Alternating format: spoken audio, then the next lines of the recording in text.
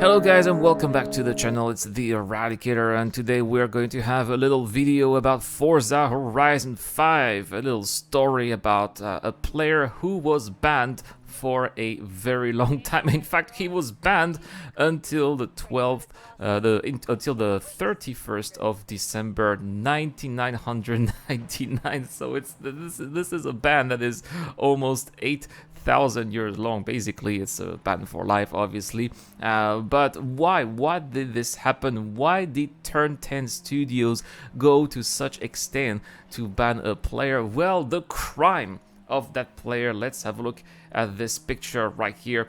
The crime of this player is to have created a livery with some custom made, well, not really custom, but some replicas of logos of companies that exist next to a custom made portrait of North Korean dictator Kim Jong-un, which I think is what must have angered Turn 10s, because obviously this is really not good for business, especially with those companies. It could actually make the studio liable in front of these companies who absolutely do not want to be associated with such a dictator, and there could have been perhaps possibilities of these companies being aware of this this parody of a livery, and they probably must have threatened to sue the game studio if no action was to be taken, which is what I believe. Now, what is shocking in my opinion, so two things here in which I believe the studio is responsible for. The first one is I've never been a big fan of player-made liveries in game, because you always eventually end up with some abuse. It is a risk that companies are taking. I'm surely at the beginning it comes from with good intentions. They want to create more possibilities for players to customize their cars, but you know how people are. Trolls are gonna be trolls, and there are always gonna be trolls, and eventually one of those trolls may put the company responsible for publishing the game in jeopardy, which is probably what happened here. Now, of course, there are terms of agreement which nobody reads, but you're supposed to be reading them anyway, and I suppose that it was against the terms of agreement to make this kind of livery into the game. But nevertheless, here, according to a thread on Reddit, it does appear that the player who is responsible for this this livery here was actually never worn. This was an insta ban, guys, meaning that his gamer tag was no longer allowed to be playing the game. Now, of course, he can play the game with another account. That is just the account. It's not a ban based on the IP. But still, having to buy, because this is an expensive game, we're talking about a $60 game, so having to spend again $60 for a game that got me banned is not something that I would personally want, and I can understand why this guy is salty. But at the same time, I think that perhaps Turn 10 Studio should have been, I wouldn't say tolerant, but a bit more humane in the way that they have dealt with the situation. And you cannot just ban a player for that long without even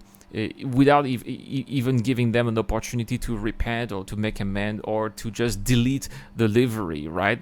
This was, again, according to all of the articles that we are seeing and the testimonies here, this was a ban that just came straight out of the studio with no warning, and there was absolutely nothing that the user could do. And I think that this kind of sucks, in my opinion. They should have first given him a certain time to delete the livery, or they should have deleted the livery on their own. I am pretty sure that Turn 10 Studio, or the developers of Forza Horizon 5, do have the means to delete user liveries that they seem maybe unfit for their own game. They did not do any of that. Plus, I also think that it's kind of humiliating as well to have this ban until the 31st of December 1999.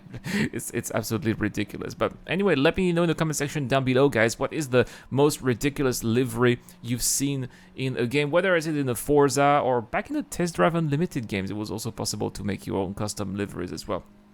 Obviously, we got people showing their middle fingers or drawing genitalia as well.